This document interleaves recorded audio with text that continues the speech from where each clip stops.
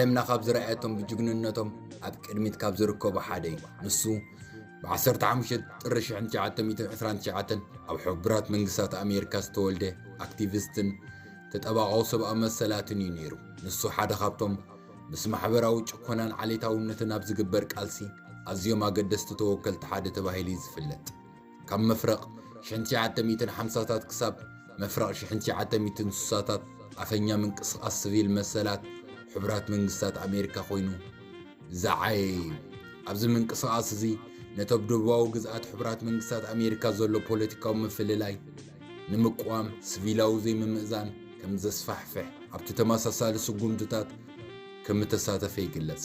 ምንቅስቓስ ሲቪላዊ መሰላት ብዓብዪ ቦት ንሱ ዝገበሮ ተወፋይነት ዘሕደሮ ጽልዋን ኣቢሉ ኣብ መወዳእታው ኣብ ሕቡራት መንግስታት ኣሜሪካ ሕጋዊ ምፍልላይ ዓሌታዊ ምፍልላይ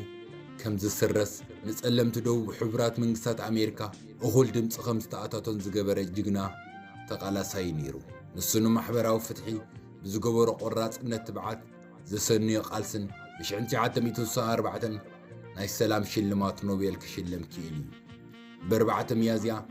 1968 ድማ ብገበርቲ እከይ ኣኽረርቲ ዓሌታውያን ተቐትለ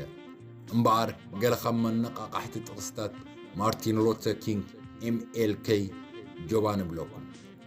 ብፍላይ ንድሕነት ሓደ ሰብ ወይ እንስሳ ብዝምልከት ቁንዕ ዘበለ ንምግባር ኣይትፍራሕ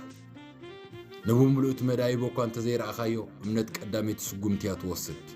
ዓለም ጽባሕ ክትጠፍእ ምዃና እንተዝፈልጥ ነይረ ሎሚ ኣትክልቲ ምተኸልኩ ጸላእቲ ንምርካብ ውግእ ምእዋጅ የድላይ ኣይኮነን እቲ ተሓስቦ ጥራይ ምዝራብ እኹል እዩ ኣብ መወዳእታ ቃላት ጸላእትና ዘይኮነ ስቕቲ ዓርኹና ክንዝክር ኢና ኣብ ዝኾነ ይኹን ቦታ ዝፍጸም ዘይፍትሓዊ ተግባር ኣብ ዝኾነ ይኹን ካልእ ፍትሒ የስግእ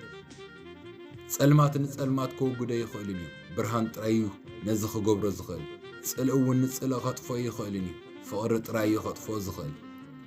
ኣነ ምስ ፍቕሪ ክውግን ዝመረጽኩ ጽልእ ንኽትጸሮ ኣዝዩ ኸቢድ ጾር ስለ ዝኾነ እዩ ንጸላእና ፈታዊኻ ክትቅይረሉ ትኽእል እንኮ ፍቕሪ ጥራይ እዩ